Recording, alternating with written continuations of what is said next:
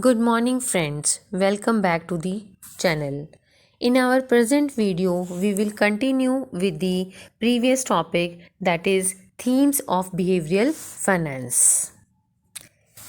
As you already know that under the topic themes of behavioral finance, we have already discussed in our previous video heuristic driven biases. In this video, we will discuss the next theme, that is the frame dependence. लेकिन video को start करने से पहले video को like share और subscribe करना ना भूलें. For the topic frame dependence, you may refer the books of Dr. F.C. Sharma and Prasanna Chandra. Framing is the way in which a question is structured with regard to the issue being evaluated. Framing is the notion that how a concept is presented to individual matters. Basically, we can say that a frame dependence is the form used to describe a problem that has a bearing on decision making. According to traditional finance, framing is transparent. That means that investors can see through all the different ways cash flows might be described. Frame independent investors pay attention to changes in their total wealth because it is this eventually determines how much they can spend on goods and services.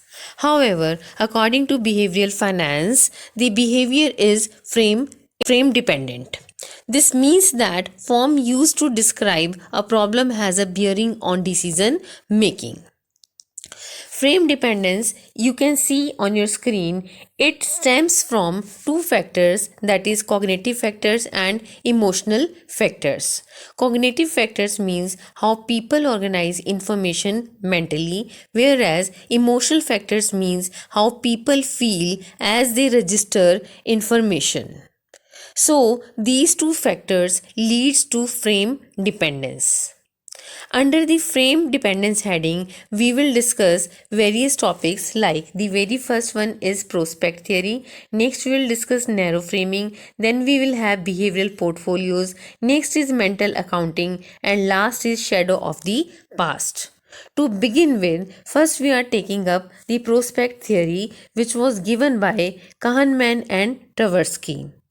According to this prospect theory, utility depends on changes in wealth from the current level. According to standard finance, utility function of investor is described in terms of wealth. According to conventional, utility is concave to the origin. As you can see in this diagram, this is the conventional utility function, whereas according to the prospect theory as suggested by Kahneman and Tversky, the utility function is S-shaped function. According to this, utility depends not on the level of wealth as in standard finance theory, but on changes in wealth from the current level. And it also shows that 0 denotes no changes from current wealth. And how do people value gains and losses? They value gains and losses according to S-shaped utility function. The utility function is concave for gains. This means that people feel good when they gain, but twice the gain does not make them feel twice as good. Whereas utility function is convex for losses. This means that people experience pain when they lose, but twice the loss does not mean twice the pain. The utility function is steeper for losses than for gains. This means that people feel more strongly about the pain from a loss than pleasure from an equal gain. That is about 2.5 times as strongly according to Kahneman and Tversky. This phenomena is known as loss aversion.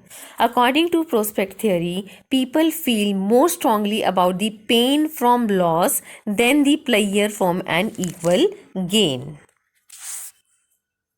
Next, we have narrow framing.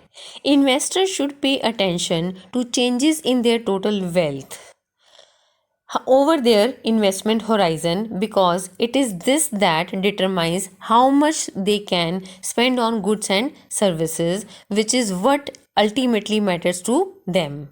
However, in reality, investors engage in narrow framing. That means to say they focus on changes in wealth that are narrowly defined. And these are narrowly defined in two senses. The very first one is cross sectional sense, and next we have temporal sense. The cross sectional sense means that investors tend to look at each investment separately rather than the portfolio in its totality. Hence, they are more focused on price changes in individual stocks and less concerned about the behavior of the overall portfolio. And next we have narrow framing in temporal sense, which means that investors pay undue attention to short term gains and losses even when their investment horizon is long. This narrow framing leads people to overestimate risk. This happens because the more narrowly investors frame, that leads to see losses more oftenly. While several individual securities in a portfolio may have negative returns, the portfolio as a whole is likely to have a positive return. Similarly, although the stock market often produces negative returns in the short run, but it rarely delivers negative return in the long run. So, this narrow framing leads to myopic risk aversion. Narrow framing manifests itself in the ways that investors allocate too little of their money to stocks due to myopic risk aversion, as well as investors sell stocks. They typically sell stocks that have appreciated rather than stocks that have depreciated. Next, we have the concept of behavioral portfolios. This concept is given by Harsh Shafrin and Meir Statman. According to this concept, the psychological tendencies of investors leads them to build their portfolios as a pyramid of assets as shown in the picture on your screen. The salient features of these portfolios are that investors have several goals such as safety, income, and growth in this sequence only. Each layer in the pyramid represents assets meant to meet a particular goal. Investors have separate mental accounts for each investment goal, and they have willing to assume different levels of risk for each goal. The asset allocation of an investor's portfolio is determined by the amount of money assigned to each asset class by the mental accounts. Investors end up with a variety of mini portfolios as they overlook interactions among mental accounts and among investment assets. Diversification stems from investor goal diversification, not from purposeful asset diversification. This leads to inefficient portfolios in reality, and they can earn higher expected return for the level of risk they are taking if they make their portfolios according to HM model. Next, we have the concept of mental accounting. The concept of mental accounting was suggested by Richard Thaler. According to this concept, people separate their money into various mental accounts and treat a rupee in one account differently from a rupee in another because each account has a different significance to them. Next and last concept under this topic is the shadow of the past. The concept shadow of the past means that people consider a past outcome as a factor in evaluating a current risky decision. This includes house money effect, snake bite, or risk aversion effect. Next, we have trying to break even effect. Next is endowment effect. Next is status quo bias, and last is avoidance of cognitive dissonance. The very first one is house money effect. This says that after experiencing a gain, people are willing to take more risk. People gambles, they think that winning as their own and hence are tempted to risk it in further gambles. This is known as house money effect. Whereas the snake bite effect means that after incurring a loss, people are less inclined to take risk. Next, we have trying to break even effect. Losers do not always shun risk. People often jump at the chance to recover their losses. This is known as trying to break even effect. Next, we have endowment effect.